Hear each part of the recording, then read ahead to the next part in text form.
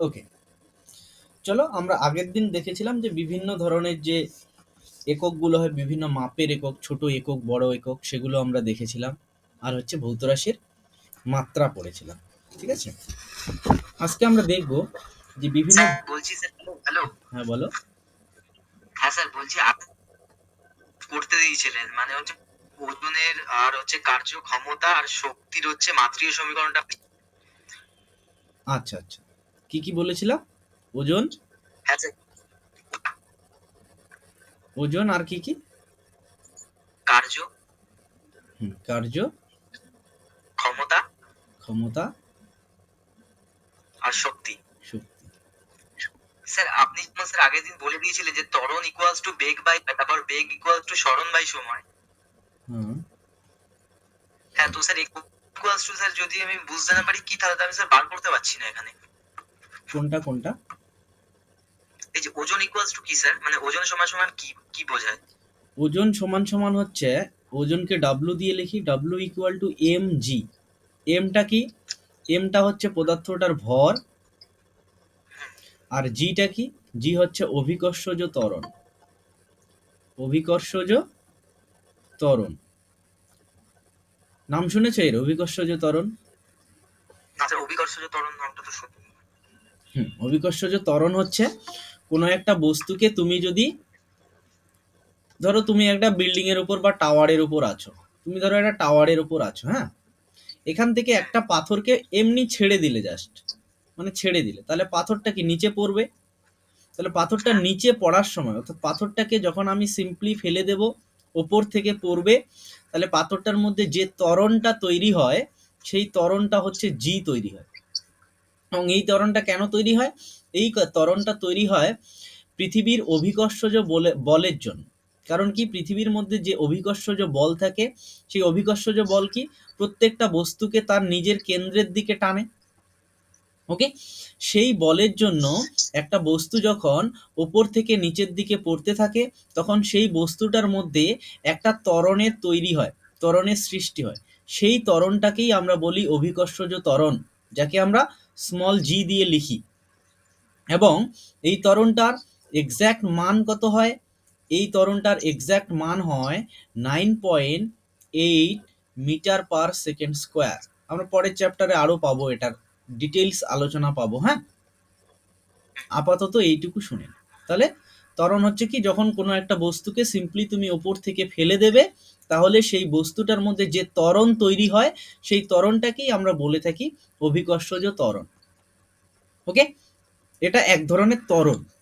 তাহলে এবার বলো, এটা ডাব্লু মানে কি বোঝাচ্ছি? ডাব্লু মানে ওয়েট, যাকে বলি ওজন। তাহলে ওজন সমান সমান হচ্ছে ভর গুণ অভিকর্ষজ ত্বরণ। তাহলে এবার তোমরা বলো ভরের মাত্রা কি লিখি? ভরের মাত্রা কি বলো? স্যার মাত্রা, ভরের মাত্রা হচ্ছে আপনি এম। Capital M.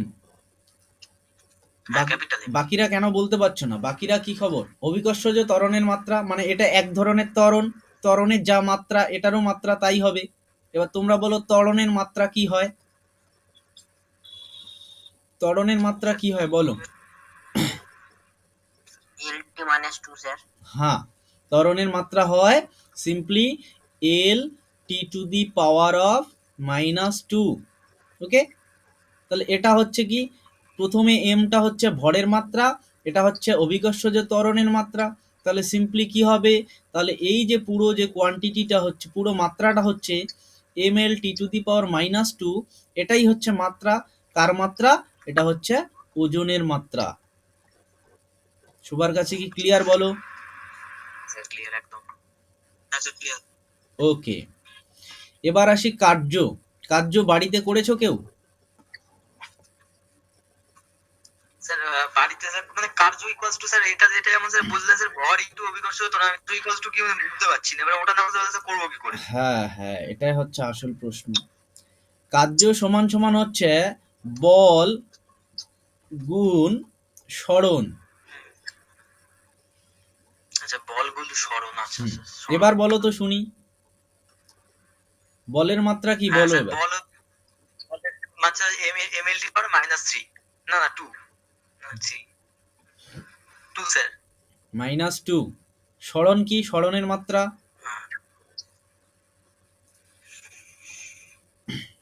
সরণের মাত্রা কি বলো? কি বলেছিলাম? সরণ। হ্যাঁ হ্যাঁ স্যার, ml -3। হেই ভালো করে, ওটা তো ml-3 কার হয়? ওটা তো ঘনত্বের। সরণ বলছি, সরণ। হ্যাঁ, এম কেন হবে? সরণ কি এম হয় নাকি? সরণ কি বলেছিলাম? যে সরণ একটা বস্তু যখন একটা পয়েন্ট থেকে আরেকটা পয়েন্টে যায়, ধরো এইভাবে এইভাবে গেল, আমি বলেছিলাম, তাহলে এই যে ইনিশিয়াল পয়েন্ট আর ফাইনাল পয়েন্ট, মানে যে পয়েন্টটা থেকে সে চলা শুরু করছে, ধরো এ পয়েন্ট থেকে বি পয়েন্টের দিকে এইভাবে যাচ্ছে, তাহলে এই বস্তুটার সরণ সিম্পলি কি হয়? এ আর বি এর মধ্যে যে সরলরৈখিক দূরত্বটা, এই সরলরৈখিক দূরত্বটাকেই আমরা সরণ বলে থাকি। তাহলে সরণ কি? সরণ হচ্ছে এক প্রকারের দৈর্ঘ্য বা দূরত্ব। তাহলে তার মাত্রা কি হবে? হ্যাঁ, আগের দিন বলেছিলাম আমরা, ভুলে যাচ্ছ কেন তোমরা? আগের দিন আমরা বলেছিলাম, আমি আমার ক্লিয়ারলি মনে আছে, আমি বলেছিলাম যে সরণ ইকুয়াল টু সিম্পলি হচ্ছে কি? সরণ মানে দৈর্ঘ্যের মাত্রা। তাহলে কত দাঁড়াচ্ছে এটা বলো?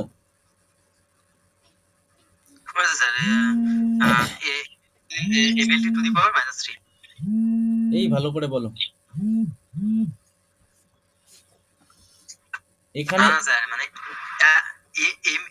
ml টু দি পাওয়ার -2 -2 না +2? +2 t টু দি পাওয়ার -2। ওকে, কারণ কি এম, এম এক জায়গাতে আছে, এম আর কোথাও নেই, এমটা এমই থাকবে। এল দেখো এখানে এল আছে, ইনটু এখানে এল, তাহলে এল ইনটু এল কি হয়? এল স্কোয়ার হয়। আর টি টু দি পাওয়ার -2 আছে, তাহলে এটা দাঁড়ালো কি? কার্যর মাত্রা। ওকে, আর ক্ষমতা সমান সমান কি হয়?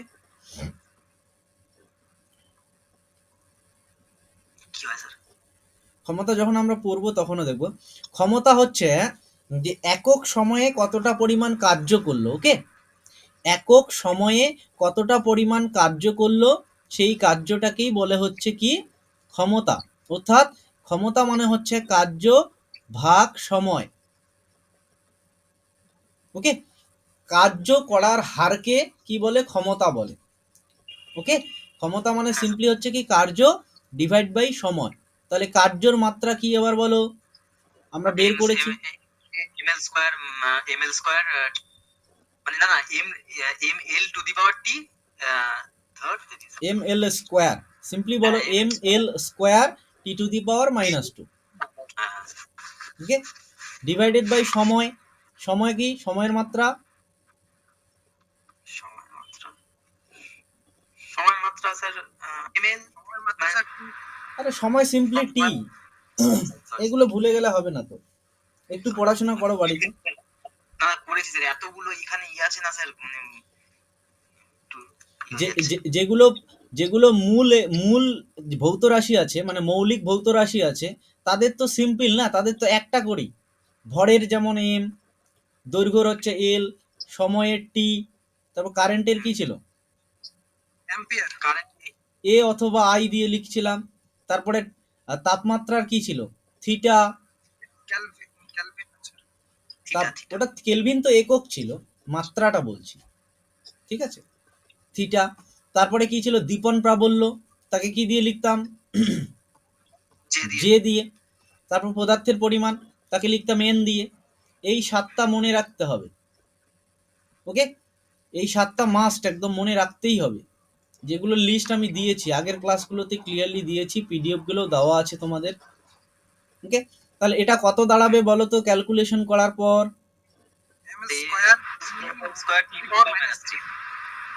ওকে, তাহলে এটা দাঁড়াচ্ছে কি? এটা দাঁড়াচ্ছে ক্ষমতার মাত্রা। আরেকটা জিনিস বলে দিই, আরেকটা বাকি কি আছে? শক্তি। শক্তির মাত্রা আর কার্যর মাত্রা এক হয়, ঠিক আছে? শক্তির মাত্রা আর কার্যর মাত্রা কি হয়? সেম হয়, সেম। ওকে, তাহলে এটা কি হবে? এটা সেম। কার্যর যা মাত্রা, কার্যর কি? M L square T to the power -2, এটাই হচ্ছে শক্তির মাত্রা। হ্যাঁ, ওকে, তাহলে আপাতত এটা মনে রাখবে যে কার্যর যা হয় শক্তিরও তাই হয়। ক্লিয়ার? তাহলে 4টাই ক্লিয়ার সবার কাছে বলো। এগুলো আগের দিনের হোমওয়ার্ক দিয়েছিলাম। হ্যাঁ স্যার, বলছি স্যার মাত্রিয় সমীকরণ এই যে এই আপনার কাছে এই কয়েকটাই নাকি আরো আছে? না না, আরো আছে, ওগুলো অতগুলো তোমাদের করতে হবে না। হ্যাঁ, আস্তে আস্তে স্যার যেগুলো বলো। এগুলো স্যার এইভাবে পড়ার থেকে স্যার মুখস্থ করে নিলেই ভালো হতো না নাকি? তুমি যদি পারো মুখস্থ করো, কিন্তু মুখস্থ করলে প্রবলেমটা কি, তোমার ভুলে যাওয়ার চান্সটা বেশি, ভুলে যাওয়ার চান্সটা অনেক বেশি মুখস্থ করলে। আচ্ছা আচ্ছা। ওকে, স্যার কারণ এরকম তো স্যার ডাইরেক্ট কোশ্চেন দিই না স্যার, ক্ষেত্রফলের মাত্রিয় সমীকরণ কি? হ্যাঁ, সে তো ডাইরেক্টই দেবে। এবার ক্ষেত্রফল মানে তুমি জানো যে দৈর্ঘ্যের স্কোয়ার, তাহলে ডাইরেক্ট এল স্কোয়ার লিখে দিবে। তোমার কাছে লজিকটা এই কারণে ইম্পর্টেন্ট, লজিক যদি তোমার জানা থাকে, তুমি যদি পিওর ওয়েটা জানো, তাহলে তোমার কোথাও ভুল হবে না। আচ্ছা, হ্যাঁ, মুখস্থ করলে স্যার হ্যাঁ, কনফিউশনে মুখস্থ পড়ে যাবো। করলে কনফিউশনে পড়ে যাবে, অপশনে তোমাকে এমন এমন অপশন দিয়ে দেবে যে তুমি কনফিউশনে পড়ে যাবে। কারণ যখন তোমাকে বলবে যে ক্ষেত্রফলের মাত্রা কি, তখন অপশনে সব থাকবে, এল থাকবে, এল স্কোয়ার থাকবে, এল কিউব থাকবে, এল টু দি পাওয়ার 4 থাকবে। এবার তুমি যদি মেইন লজিকটা ভুলে যাও, আর মুখস্থ করতে গিয়ে এমন হয় পরীক্ষার সময় অনেক বেশি চাপ পড়ে যায় মাথায়, ঠিক আছে? একবার যদি কনফিউশন মাথার মধ্যে ঢুকে যায়, তাহলে তুমি দেখবে যে কনফিউশনে তুমি মানে শিওরই হতে পারছো না যে কোনটাতে টিক মার্ক দেবে। কথা বুঝছো? হ্যাঁ স্যার। হ্যাঁ স্যার। ওকে, মুখস্থ বিদ্যা প্রয়োজন, ঠিক আছে, মুখস্থ বিদ্যা প্রয়োজন, কিন্তু সব জায়গায় নয়। ওকে, ওকে, এবার আসি আমরা আজকের টপিকে। আজকের টপিকে দেখব আমরা যে এই যে ভৌত রাশি আমরা যে দেখছি, বিভিন্ন ধরনের ভৌত রাশি, এদেরকে এক একটাকে কি করে আমরা মাপবো, মেজার কি করে করব। ওকে, তাহলে প্রথমে যদি আমি বলি যে আমরা দৈর্ঘ্য কি করে মাপবো, অর্থাৎ সিম্পলি কি করছি, আমরা দৈর্ঘ্যের পরিমাপ কি করে করি সেটা একটু দেখার চেষ্টা করি, এবং যেটা আমরা অ্যাজ ইউজুয়াল ওয়েতে করি। এবার আমরা যে খাতায় একটা লাইন ড্র করি, ধরো তোমাকে আমি বললাম যে তুমি তোমার খাতায় একটা লাইন আঁকো যার দৈর্ঘ্য হচ্ছে 4.3 সেন্টিমিটার। তাহলে স্কেল দিয়ে আমরা আঁকি, তাই না? আমাদের হাতের কাছে যে স্কেলগুলো আছে, সেই স্কেলগুলো দিয়েই আমরা মেজার করি, তাই না? ওকে, সো আমরা যে স্কেলটা ব্যবহার করি আমাদের হাতের সামনে, সেটাকে আমরা সিম্পলি কি বলি, সেটা হচ্ছে একটা সাধারণ স্কেল। তাহলে যে কোনো একটা দৈর্ঘ্য যদি আমরা মেজার করতে চাই, পরিমাপ করতে চাই, তাহলে সাধারণ স্কেলের সাহায্যে খুব সহজভাবেই আমরা করতে পারি, তাই না? তোমাকে একটা লাইন দিয়ে দিলাম আমি, যে এই লাইনটার দৈর্ঘ্য তুমি মাপো, তাহলে তুমি স্কেলটা বসিয়ে দেবে এই বরাবর, তাই না? স্কেলটা বসিয়ে দিয়ে তুমি কি করে মেজার করো, যদি এটা স্কেলটা হয় যেভাবে করি আমরা জেনারেল ওয়েতে, ঠিক আছে, স্কেলটার মধ্যে কি দাগ দেওয়া থাকে, 1 সেন্টিমিটার, 2 সেন্টিমিটার, আবার কি 1 সেন্টিমিটার আর 2 সেন্টিমিটার, মানে এটা ধরো 0, এটা ধরো 1 সেন্টিমিটার, তাহলে এদের মাঝখানে কতগুলো দাগ থাকে আমাকে কেউ বলতে পারবে? আচ্ছা, হ্যাঁ, ওকে, 0 আর 1 সেন্টিমিটারের মধ্যে 10টা দাগ থাকে, মাঝখানের দাগটা বড় থাকে 5 নাম্বার, আর এখানে এরকম থাকে 1, 2, 3, 4, এটা হয়ে গেল 5, 6, 7, 8, 9, 10, এইভাবে থাকে। তাহলে এই যে এখানে ছোট ছোট যে দাগগুলো আছে, এগুলো এইটুকু লেংথ বা এইটুকু দৈর্ঘ্য কতটুকু, একটা ছোট দাগের দৈর্ঘ্য কতটুকু? স্যার একটা 0.1 0.1 কি? সেন্টিমিটার। Yes, 0.1 centimetre. এবার 0.1 সেন্টিমিটার মানে কি 1 মিলিমিটার, বলো তো?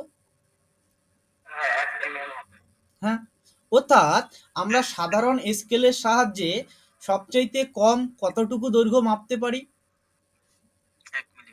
1 মিলিমিটার। এবার 1 মিলিমিটারের থেকে যদি তোমাকে একটু ছোট দৈর্ঘ্য দিয়ে দেয়, যে তোমাকে যদি বলে যে 0.5 মিলিমিটার দৈর্ঘ্য, এটা কি তুমি সাধারণ স্কেলের সাহায্যে মাপতে পারবে?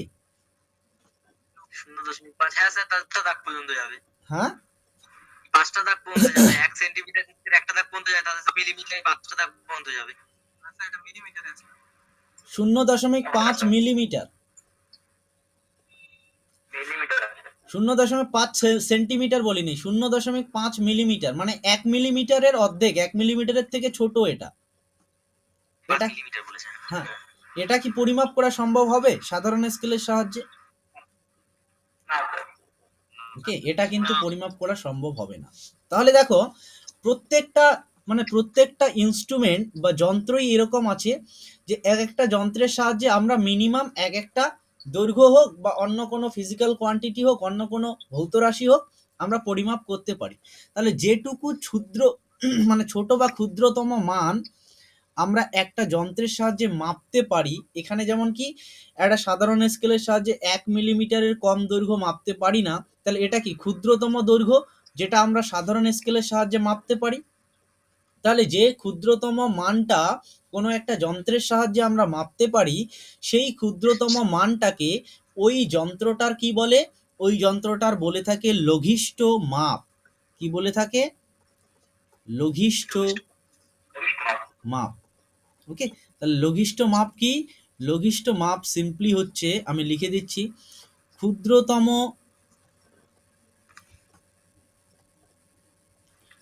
পরিমাণ যেটা আমরা কোনো একটা যন্ত্রের সাহায্যে মাপতে পারি, যেটা আমরা কোনো একটা যন্ত্রের সাহায্যে মাপতে পারি।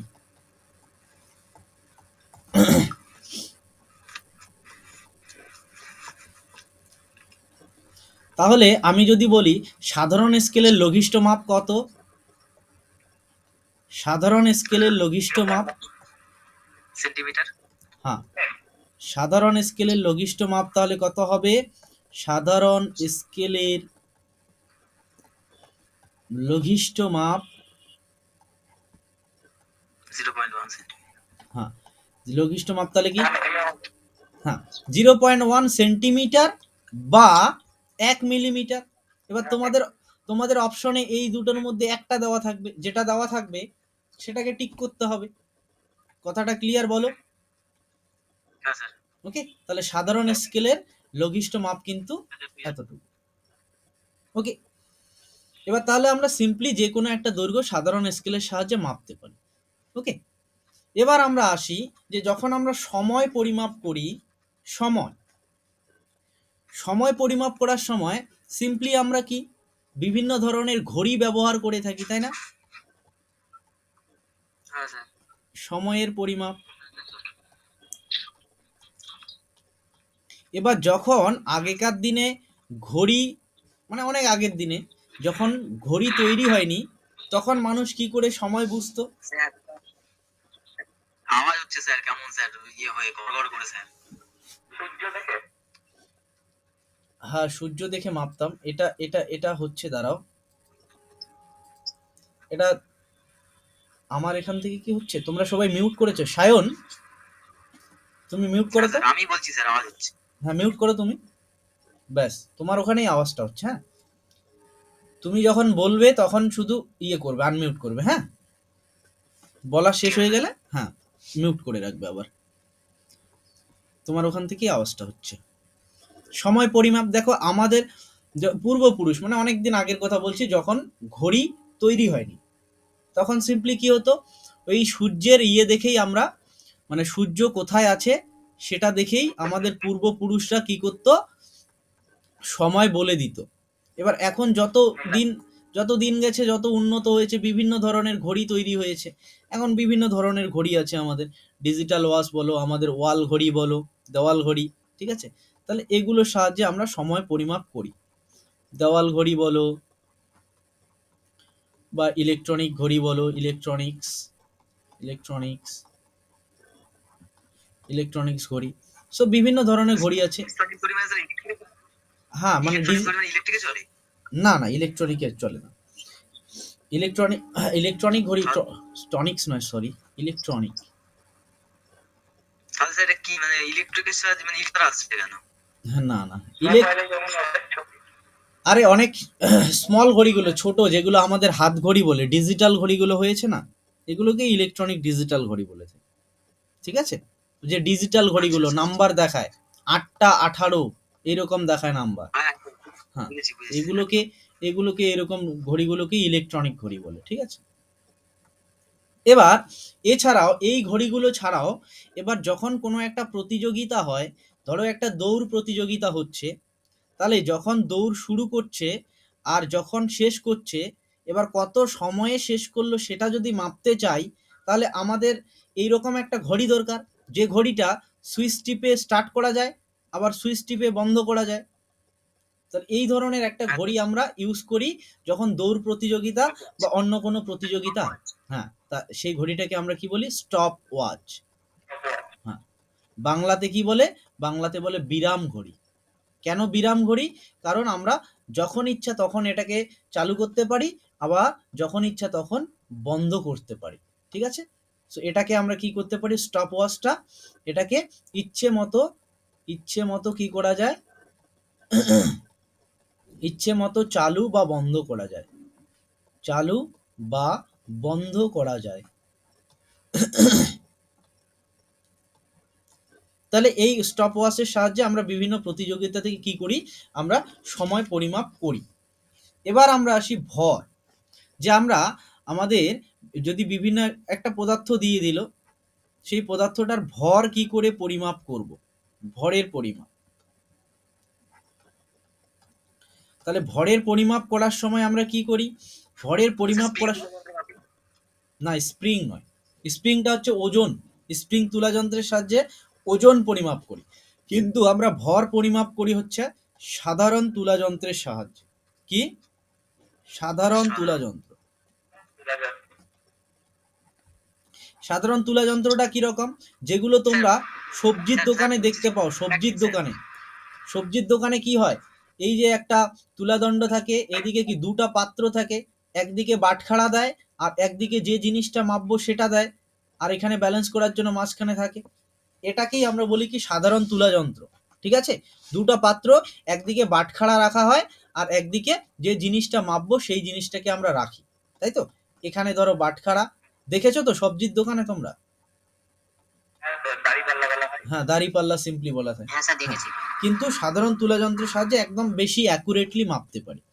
এবার এই যে সাধারণ তুলা যন্ত্রের সাহায্যে যে আমরা ভর পরিমাপ করি, এক্ষেত্রে দেখো আমাদের হচ্ছে টু দা পয়েন্ট করতে হবে। হ্যাঁ, তোমাদের ক্লাস 9-এর যদি তুমি বইয়ে দেখো, সাধারণ তুলা যন্ত্রের তোমাকে ফটো দেওয়া আছে, তারপরে সেটা তুলা দণ্ড কি জিনিস, তারপরে তোমার কোথায় স্ক্রু আছে, কোথায় কি আছে, এত সব জিনিস আমাদের এখানে পড়ার দরকার নেই।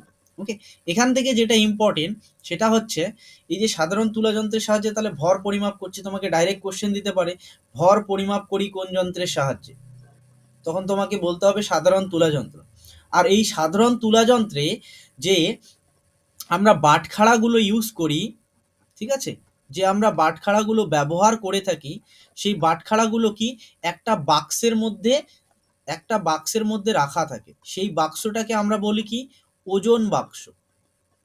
আর এই যে ওজন বাক্সের মধ্যে যে বিভিন্ন ধরনের বাটখারাগুলো থাকে, সেই বাটখারাগুলোর যে ভরের অনুপাত, ওকে, ওজন বাক্সে বিভিন্ন ধরনের যে বাটখারাগুলো থাকে, সেই বাটখারাগুলোর ভরের অনুপাত একটা নির্দিষ্ট অনুপাতে থাকে, এবং এটা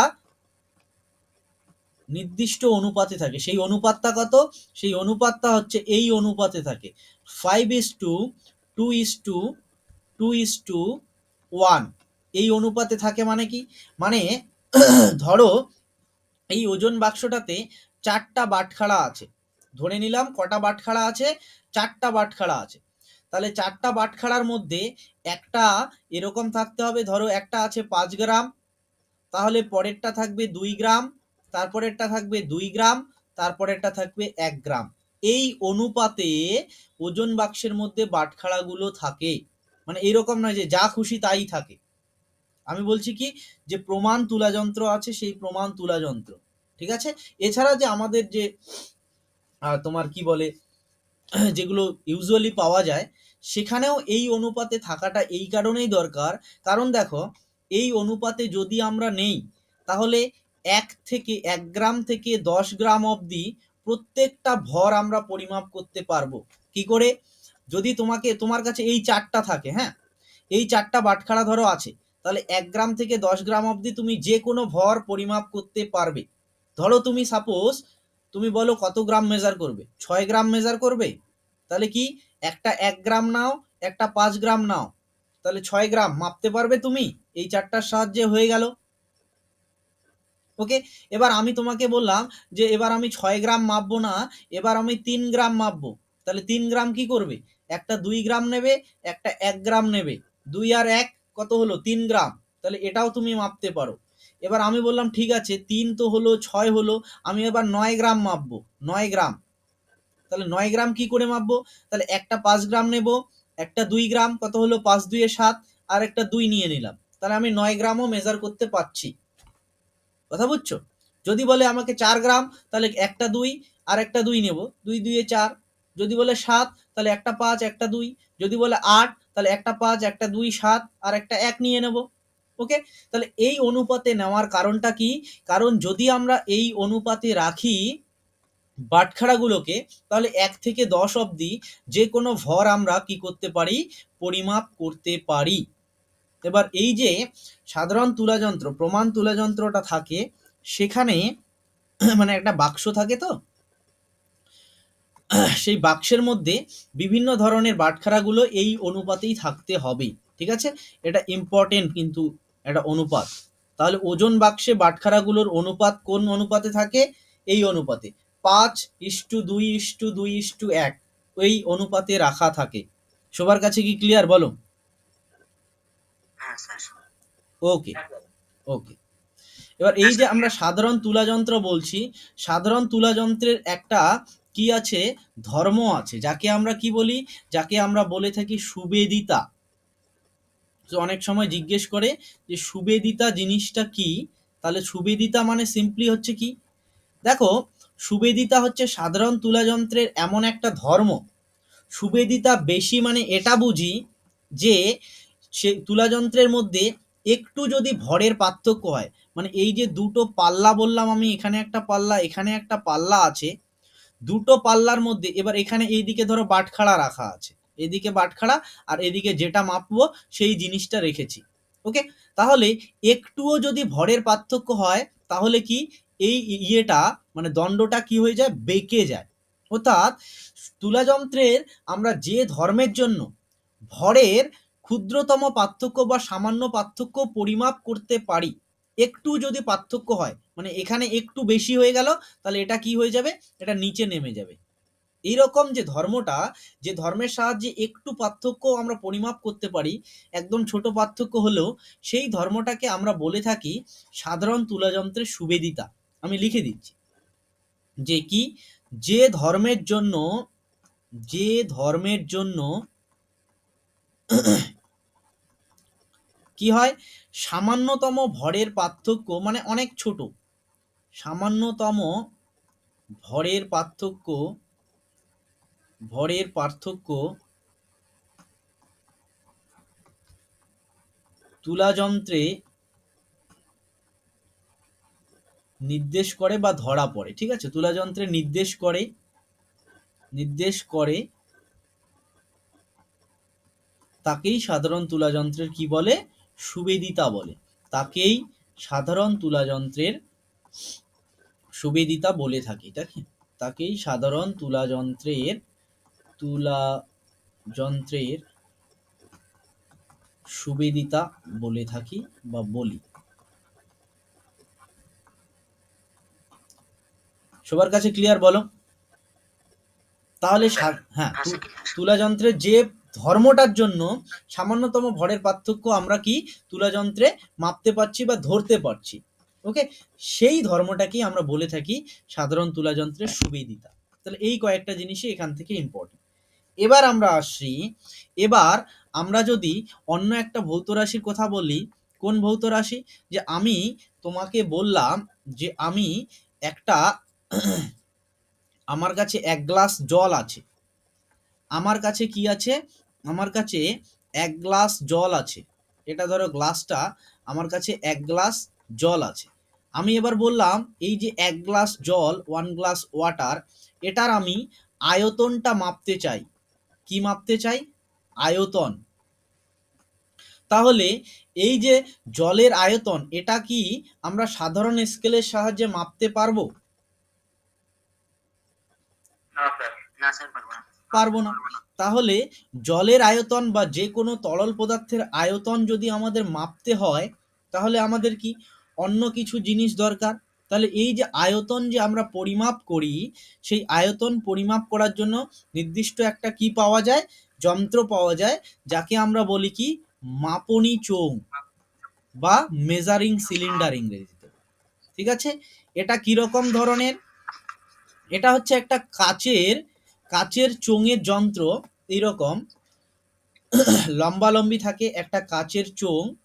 ঠিক আছে, গ্লাসেই থাকে, এটা একদম গ্লাস মানে আমি বলছি কাচের আর কি, কাচের চোঙ। কিন্তু এটার বিশেষত্বটা কি? বিশেষত্বটা হচ্ছে, হ্যাঁ ঠিক আছে, এই দিকে এর বিশেষত্বটা কি? এর বিশেষত্ব হচ্ছে এর গায়ে, মানে এই চোঙটার গায়ে কি থাকে বলতো? চোঙটার গায়ে দাগ কাটা থাকে। কিরকম দাগ কাটা?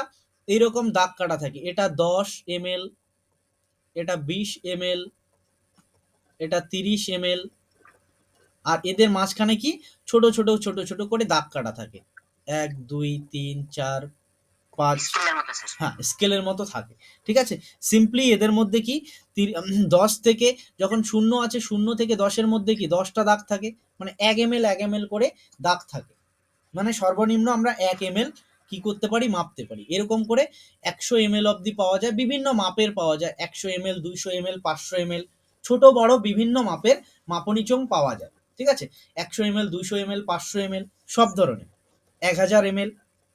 ওকে, তাহলে এই যে যন্ত্রটা মাপনী চোঙ, এর সাহায্যে আমরা কি মাপতে পারি? তাহলে এর সাহায্যে সিম্পলি শুধু ওয়াটার নয়, শুধু জল নয়, যে কোনো তরল পদার্থের আমরা কি করতে পারি, আয়তনটা পরিমাপ করতে পারি। ওকে, তাহলে মাপনী চোঙ সিম্পলি কিসের জন্য আমরা ব্যবহার করে থাকি? সিম্পলি তরল পদার্থের তরল পদার্থের দেখো, আমি পরে আসছি, হ্যাঁ, এখন আপাতত লিখছি তরল পদার্থের আয়তন পরিমাপ করার জন্য, কিন্তু আমরা কঠিন পদার্থেরও আয়তন পরিমাপ করতে পারি। কি করে সেটা আমরা পরে দেখাচ্ছি। তরল পদার্থের আয়তন পরিমাপ করতে পারি।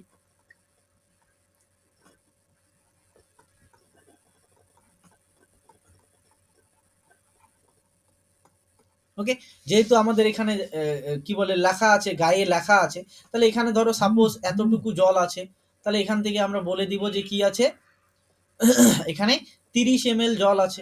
এটা যদি 30-এর দাগ অবধি থাকে, তাই না? কথাটা কি সবার কাছে ক্লিয়ার বলো?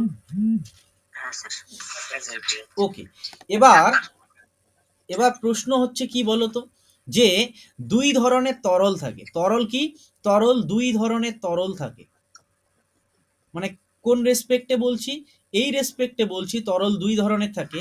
এক ধরনের তরল কি করে? এক ধরনের তরল কাচকে ভেজায়। কাচকে কি করে? কাচকে ভেজায় বা ভেজাতে পারে। ওকে, আর এক ধরনের তরল আছে, হ্যাঁ বলো। স্টিম, মানে জল, হ্যাঁ, জল কাচকে ভিজিয়ে দেয়, কাচের মধ্যে রাখবে। আহ, কি বলে, তুমি যে কোনো একটা কাচের গ্লাসে যদি জল রাখো, তাহলে কি কাচের মধ্যে কি জল লেগে থাকে তো, মানে কাচটা কি ওয়াটার প্রুফ এরকম যে ভিজে না? ভিজে তো যায়, তাই না? এবার কতগুলো তরল আছে কাচকে ভেজায়, যেমন উদাহরণ হচ্ছে জল। জল কাচকে ভেজাতে পারে। আর কতগুলো তরল আছে কাচকে ভেজায় না বা ভেজাতে পারে না।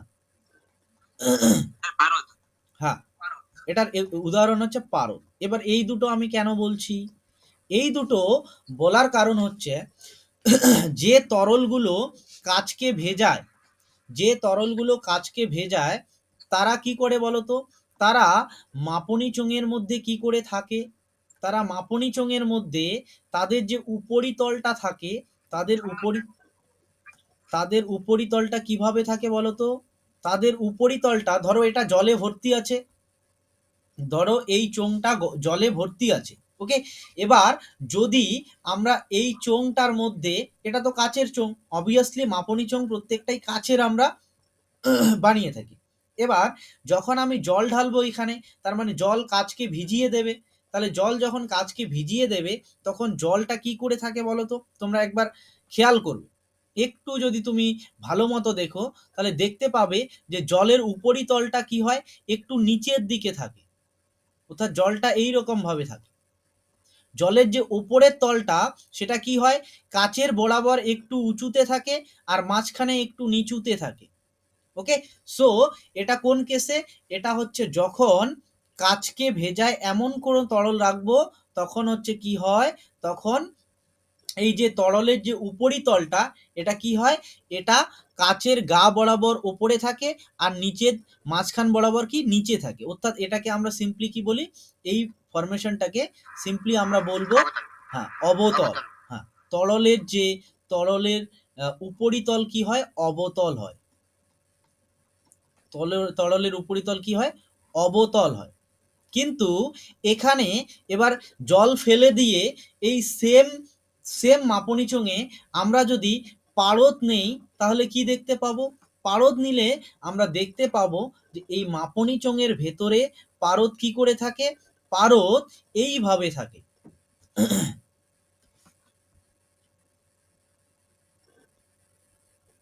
ওকে, পারদ হচ্ছে কি থাকে, পারদ এইভাবে থাকে, অর্থাৎ যে পারদ যে জায়গাটাতে টাচ করছে কাচের সাথে সেই জায়গাটা নিচের দিকে আর মাঝখানের জায়গাটা উপরের দিকে।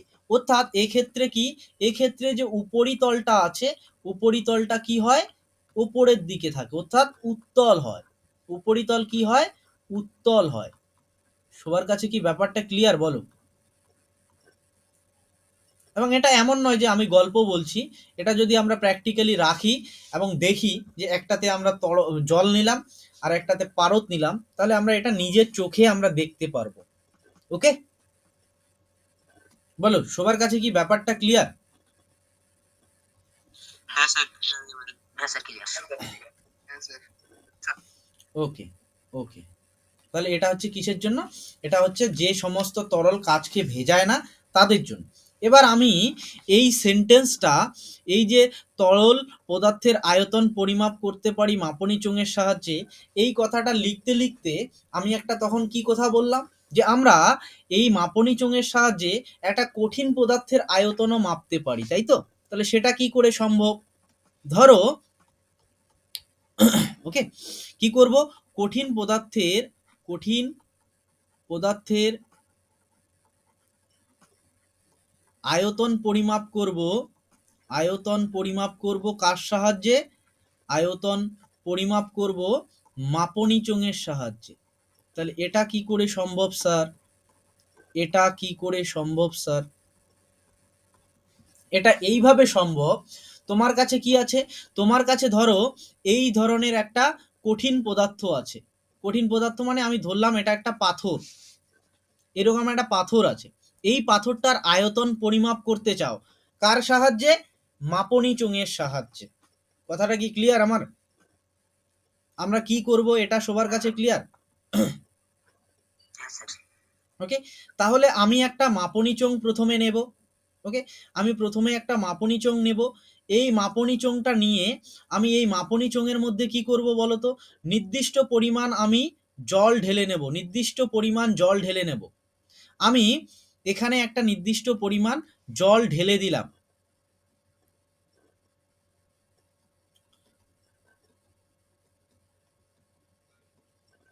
ধরো আমার এখানে কত আছে, ধরো আমার এখানে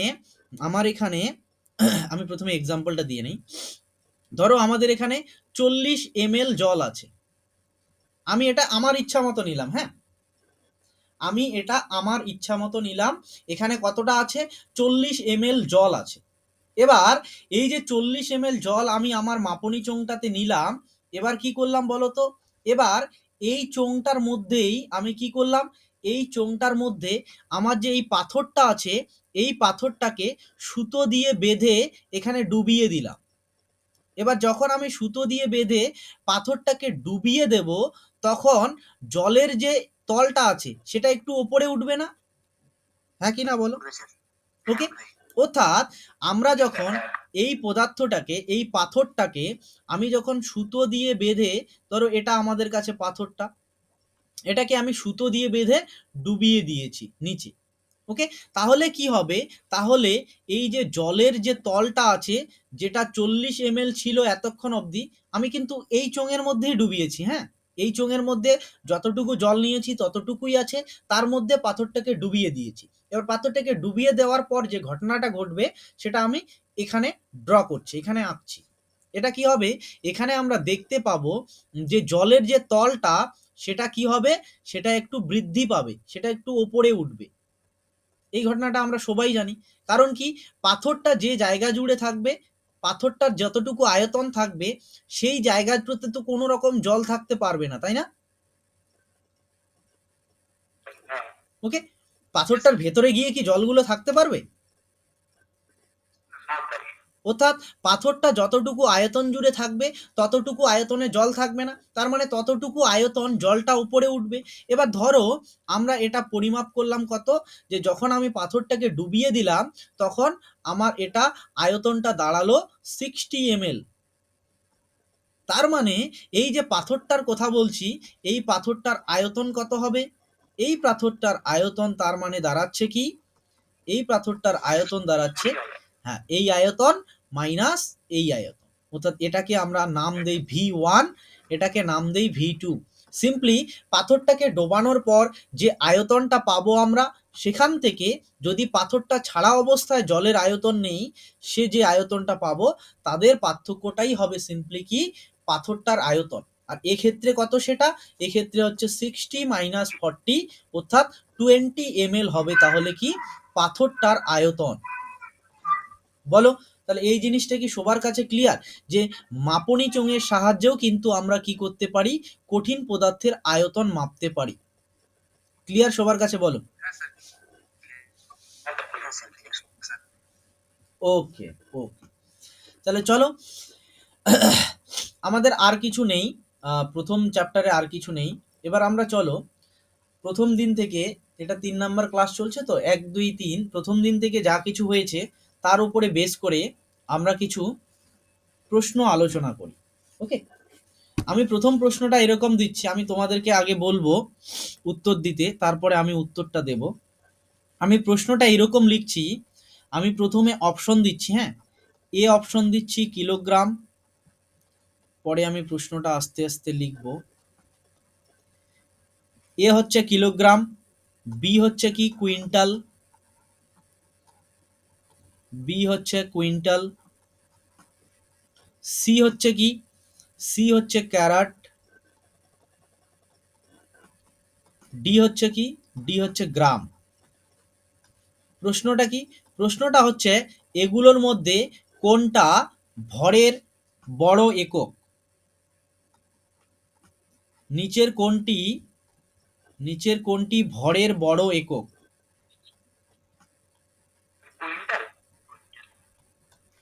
কোনটি, হ্যাঁ, ভরের বড় একক। আচ্ছা সবাই বলো, কুইন্টাল কি তোমরা বুঝতে পারছো আমরা কি করেছিলাম, বলো।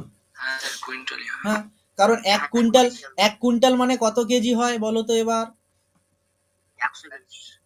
হ্যাঁ, কারণ কি, হ্যাঁ, 1 কুইন্টাল সমান সমান হয় 100 কেজি।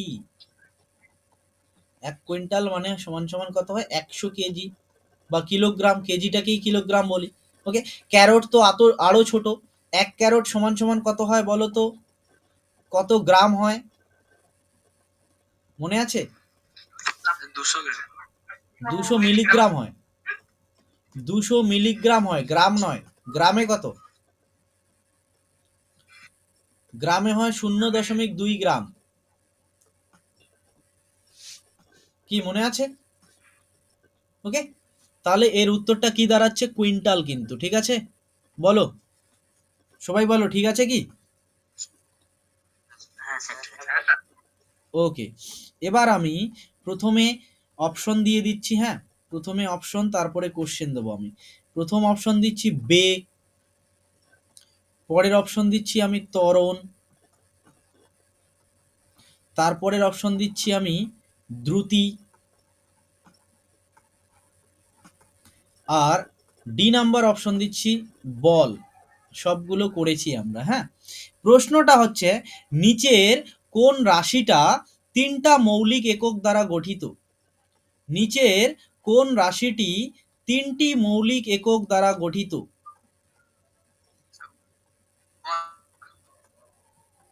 নিচের কোন রাশিটি তিনটি মৌলিক একক দিয়ে গঠিত?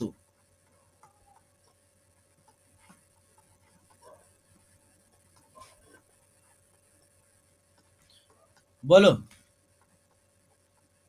স্যার বল হবে। বাকিরা কি বলো? ও কি ঠিক বলছে?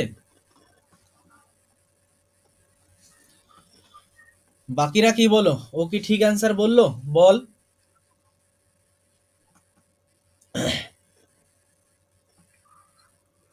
হ্যাঁ স্যার ঠিকই তো বলছে স্যার। ঠিকই বলছে। আচ্ছা, তিনটি হ্যাঁ হ্যাঁ, কোন কোন কোন কোন মৌলিক রাশি আছে বলের মধ্যে বলো তো এবার শুনি। বলের মধ্যে কি আছে? MLT sir. হ্যাঁ, কারণ বলের আমরা মাত্রা দেখলাম, কি হয় বলের মাত্রা দেখেছি ml (t⁻²), তাহলে এখানে এম এল টি অর্থাৎ কি ভর, দৈর্ঘ্য, সময় তিনটাই আছে। কিন্তু যদি আমরা বলি দ্রুতি, দ্রুতির মাত্রা কত ছিল? স্যার দ্রুতির মাত্রা দ্রুতি কয়টা মৌলিক একক নিয়ে গঠিত বলো তো? দ্রুতির মধ্যে কটা মৌলিক একক আছে আমি যদি বলি? 1 2 3 4। হ্যাঁ,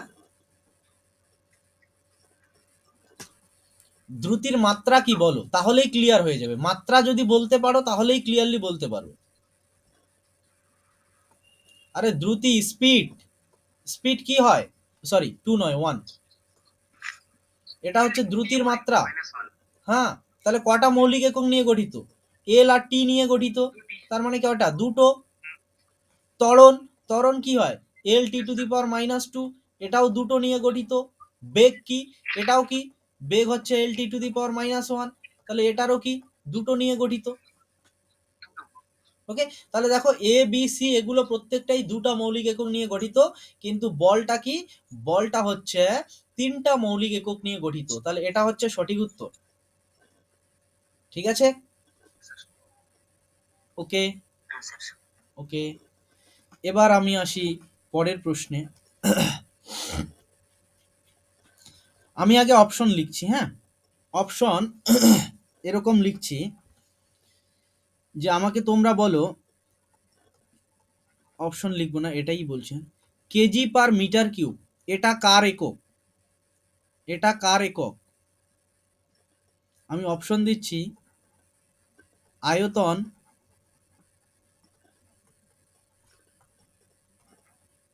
ঘনত্ব,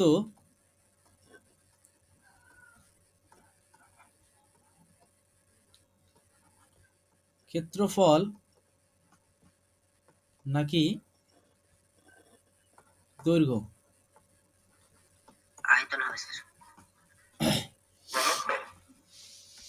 আয়তন স্যার, আয়তন। আয়তন কি করে হয় ভাই? আয়তনের একক কি বলো? আয়তনের একক তো বলো। হ্যাঁ আয়তনের একক সেমি হ্যাঁ, স্যার ঘনত্ব। ওকে। ঘনত্ব সমান সমান কি ছিল? ঘনত্ব সমান সমান ভর বাই আয়তন, মনে আছে? এম বাই ভি, ভর বাই আয়তন। ওকে, তাহলে ভরের একক কি? এসআইতে যদি একক বের করি ঘনত্বের, তাহলে কি ভরের একক কি? কেজি। আর আয়তনের একক কি? আয়তনের একক এসআইতে মিটার কিউব। মনে নাই? আগের দিন অনেকবার বলেছিলাম যে এসআইতে আয়তনের একক মিটার কিউব। কারণ আয়তন মানে কি হয়? আমি এটাও বলেছিলাম যে আয়তন মানে সিম্পলি কি হয়? দৈর্ঘ্য গুণ প্রস্থ গুণ উচ্চতা, মনে আছে? হ্যাঁ স্যার। ওকে, তাহলে প্রত্যেকটাই তো এক একটা দৈর্ঘ্য, তার মানে এখান থেকে আয়তনের মাত্রাটা দ্বারা এল কিউব। তাহলে মাত্রা যেটা হয় একক তার কিউব হয়। তাহলে কি লেংথের একক মানে দৈর্ঘ্যের একক যদি মিটার হয়, তাহলে আয়তনের একক কি হবে? Metre cube. তাহলে এগুলো হচ্ছে আয়তন। তাহলে ভর বাই আয়তন সেটা কি হয়? সেটা হয় ঘনত্ব। এবার বলো ক্ষেত্রফলের একক কি হবে? এসআইতে ক্ষেত্রফলের একক কি বলো তো? এসআই তে ক্ষেত্রফলের একক। হ্যাঁ, মিটার স্কোয়ার, একক বলেছি, একক। এসআই তে একক, তার তো মাত্রা এল স্কোয়ার মানলাম। এবার এসআই তে দৈর্ঘ্যের একক কি? এসআই তে দৈর্ঘ্যের একক কি? এসআই ইউনিটে মিটার, তাহলে তার স্কোয়ার, তার মানে স্কোয়ার মিটার। এটা হচ্ছে ক্ষেত্রফলের এসআই একক। ক্লিয়ার বলো?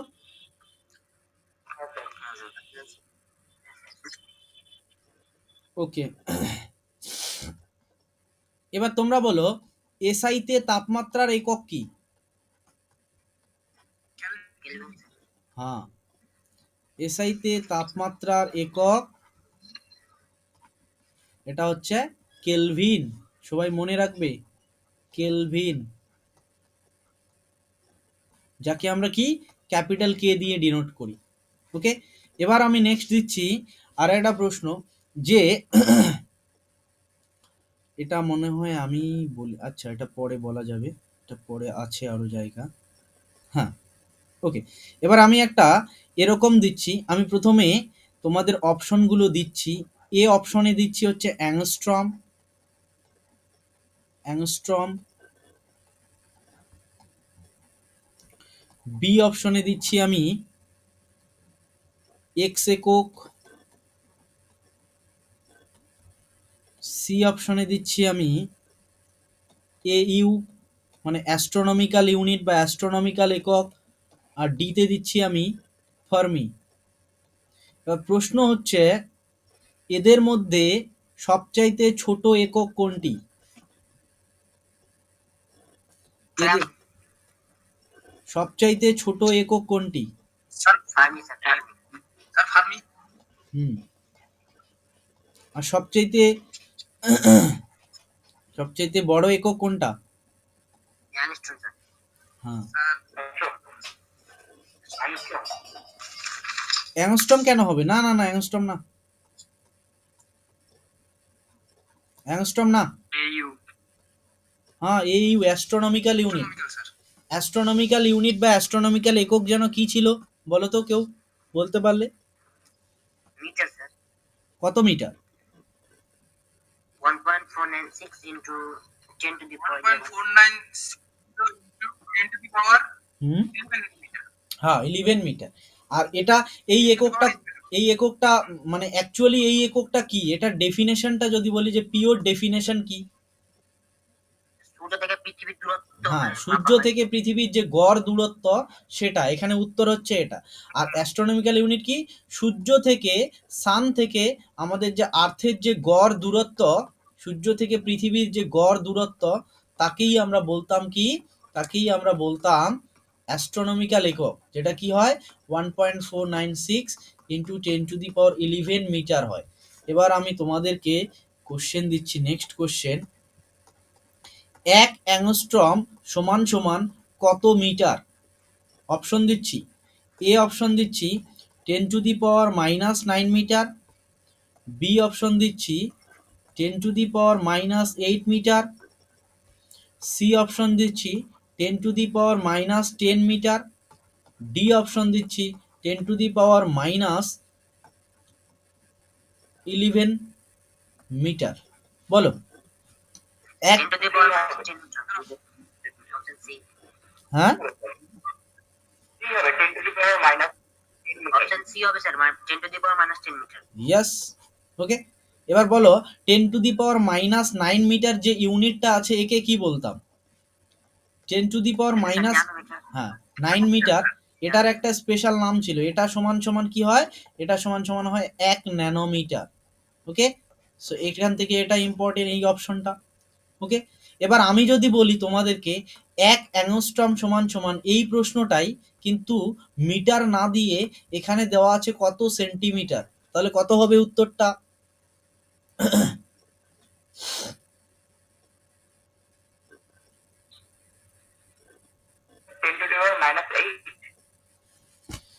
ইয়েস। দেখো, মিটার থেকে সেন্টিমিটারে যাওয়ার সময় কি করি? 100 দিয়ে গুণ করি।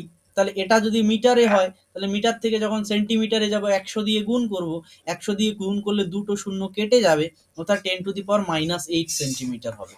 ওকে, এটা কিন্তু আগের দিন দেখিয়েছিলাম আমি, মিটার সেন্টিমিটার দুটোই দেখিয়ে দিয়েছিলাম। বলো ঠিক আছে? ওকে, এবার আমি আরেকটা প্রশ্ন দিচ্ছি, এটাই আজকের মতে লাস্ট প্রশ্ন দিচ্ছি আমি। আমি বলছি আগে অপশনগুলো দিচ্ছি, হ্যাঁ, এই কোশ্চেনটা একটু টাফ হবে, একটু ভেবেচিন্তে বলবে তোমরা। প্রথমে বলছি দ্রুতি আর হচ্ছে কি আছে বেগ, দ্রুতি আর বেগ। বি অপশনে দিচ্ছি তোমাদের স্কেলার কোয়ান্টিটি আর ভেক্টর কোয়ান্টিটি বলেছিলাম না, স্কেলার রাশি ভেক্টর রাশি।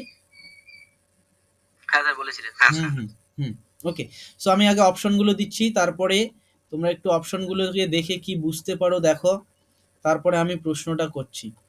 পরেরটা আছে কার্য ত্বরণ, পরের অপশনটা আছে কি কার্য বল, কার্য কমা বল।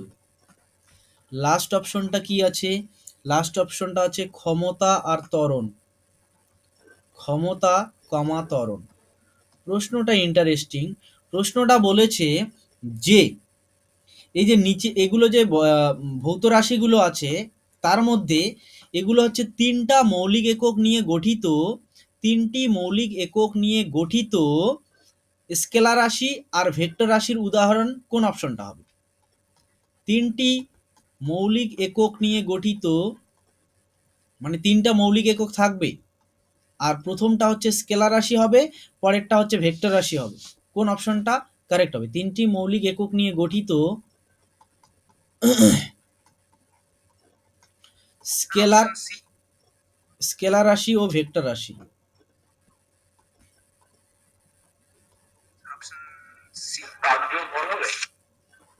হ্যাঁ বলো, তোমরা কি বুঝতে পারছো? কনফিউশন দূর হচ্ছে না? ওকে, কনফিউশন দূর করার চেষ্টা করো, আমাকে মানে শিওর দিয়ে বলো যে হ্যাঁ স্যার এটাই হবে, তাহলে তো নিজেদের। হ্যাঁ ওকে, স্কেলার রাশি ও ভেক্টর রাশি হলো কোনটা হবে? Option C. কেন অপশন সি হবে? কারণ অপশন সিতে কার্য, কার্যের মাত্রা কি হয় একটু আগে দেখলাম, এটা হয় ওকে ওকে, তাহলে কার্য কি? আমরা কার্য হচ্ছে একটা স্কেলার রাশি বলেছিলাম যখন স্কেলার রাশি ভেক্টর রাশি পড়েছিলাম, কার্য স্কেলার রাশি আর সেটার মধ্যে তিনটা মৌলিক এককই আছে। আবার বল কি? বল একটা ভেক্টর রাশি, এটার মধ্যেও তিনটা মৌলিক একক আছে, ml (t⁻²). ওকে, তাহলে কি দুটোর মধ্যেই তিনটা মৌলিক একক আছে, আর প্রথমটা হচ্ছে কি, এটা হচ্ছে স্কেলার আর এটা হচ্ছে ভেক্টর। ওকে, তাহলে কোশ্চেন অনুযায়ী এই অপশনটাই ঠিক, বাকি অপশনগুলো একটাও ঠিক নয়। কারণ একটু আগেই দেখলাম দ্রুতির মধ্যে দুটা মৌলিক একক, বেগের মধ্যেও দুটো মৌলিক একক, কার্যের মধ্যে কি তিনটা মৌলিক একক, এটা স্কেলার, এইটা ঠিক আছে, কিন্তু ত্বরণ এটার মধ্যে দুটো মৌলিক একক আছে। ভেক্টর রাশি ঠিকই, কিন্তু মৌলিক একক কটা আছে? দুটো, কিন্তু অপশনে বলেছে যে তিনটে থাকতে হবে। পরেরটাতে যদি আসি ক্ষমতা, ক্ষমতার মধ্যে দেখব যে তিনটা আছে মৌলিক রাশি, আর এটা একটা স্কেলার কোয়ান্টিটি, এটাও ঠিক আছে, বাট অপশন এই ত্বরণটার মধ্যে কি বললাম যে দুটো মৌলিক একক, আর আমাদের চেয়েছে কি তিনটা, সো এটাও ঠিক অপশন হবে না, সো অপশন সি হবে কারেক্ট উত্তর। বলো প্রত্যেকটা প্রশ্ন কি সবার কাছে ক্লিয়ার? ওকে, সো এরকম ধরনেরই কিন্তু প্রশ্ন হবে, আমরা আরো দেখব। ফার্স্ট চ্যাপ্টার আমাদের একদম ক্লিয়ার, ঠিক আছে, শুধু আমাদের কোশ্চেন প্র্যাকটিস করতে হবে আর কি, আরও আমরা কোশ্চেন প্র্যাকটিস করব, কিন্তু আজকে যেগুলো কোশ্চেন প্র্যাকটিস করলাম এই কোশ্চেনগুলোও কিন্তু very very important, very very important প্রত্যেকটা প্রশ্নই। কটা দেখলাম এখানে? একটা, দুটো, তিনটে, চারটে, পাঁচটে, ছটে, সাত, ছটা, মোটামুটি ছটা প্রশ্ন, হ্যাঁ।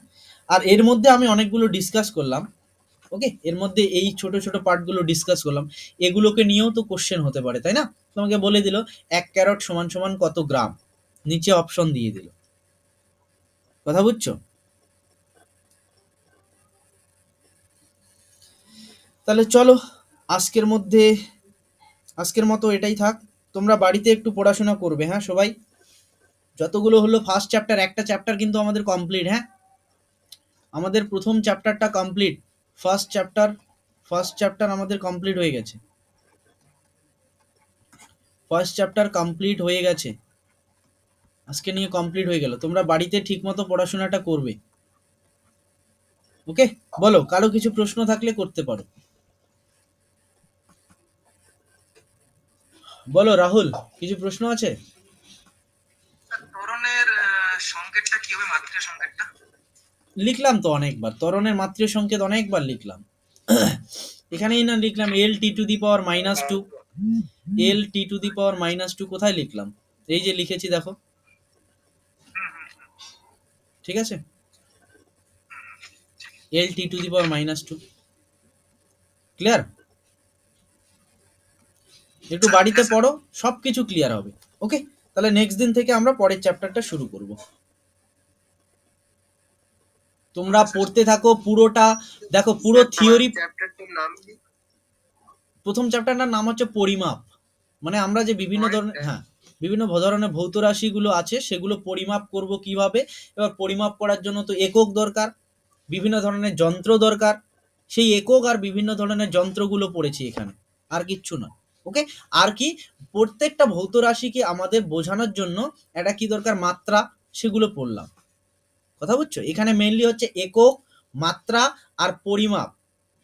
পরিমাপ মানে কোন কোন যন্ত্রের সাহায্যে পরিমাপ করছি। যেমন আজকে আমি একটা ইম্পর্টেন্ট আমরা কোশ্চেন করলাম যে লঘিষ্ঠ মাপ কাকে বলে। সো অনেক সময় দিয়ে দেয় যে সাধারণ স্কেলের লঘিষ্ঠ মাপ কত, তোমাকে অপশন দিয়ে দেবে। কোশ্চেন দিল সাধারণ স্কেলের লঘিষ্ঠ মাপ কত, অপশন দিয়ে দিল A number option 1 centimetre, B number option 1 millimetre, okay? আর সি নাম্বার অপশন 0.1 মিলিমিটার, আর কত ডি অপশন, পরের অপশনটা আমি দিচ্ছি 0.5 সেন্টিমিটার। কোনটা হবে? 1 মিলিমিটার। হ্যাঁ, আজকে আমরা দেখলাম, ঠিক আছে, আজকে আমরা দেখলাম এটা হচ্ছে সাধারণ স্কুলের লঘিষ্ঠ মাপ। ক্লিয়ার? ওকে, তাহলে আর একটা সেকেন্ড চ্যাপ্টারটার নাম? সেকেন্ড চ্যাপ্টারটা হচ্ছে তোমাদের ওই বল আর গতি, ফোর্স অ্যান্ড মোশন। বল গতি, এরপরে আছে বল ও গতি। তোমাদের কাছে সিলেবাসটা নাই? না স্যার। সিলেবাসটা নাই, ঠিক আছে, আমি পাঠিয়ে দেবো গ্রুপে। স্যার আজকে নিয়ে কয়টা ক্লাস হলো স্যার? 3টে ক্লাস হলো, ঠিক আছে? আগের ক্লাসগুলো একটু দেখে নেবে, আর দেখে নেওয়ার পরেও যদি কিছু প্রবলেম থাকে তুমি আমাকে মেসেজ করতে পারো হোয়াটসঅ্যাপে, ঠিক আছে? আর মেসেজ করতে পারো, আর ফোন করলে তুমি রাত্রের দিকে করবে। যদি একান্ত প্রয়োজন হয় যে স্যারকে ফোন করতেই হবে, তাহলে একদম রাত্রে 10টার পরে ফোন করবে। হ্যাঁ, ওকে, সিলেবাসটা গ্রুপে পাঠিয়ে দেবো। চলো তাহলে আজকের মতে তাহলে আমরা এখানেই সমাপ্ত করি, হ্যাঁ? ওকে, চলো তোমরা লিভ করে যাও। Good night.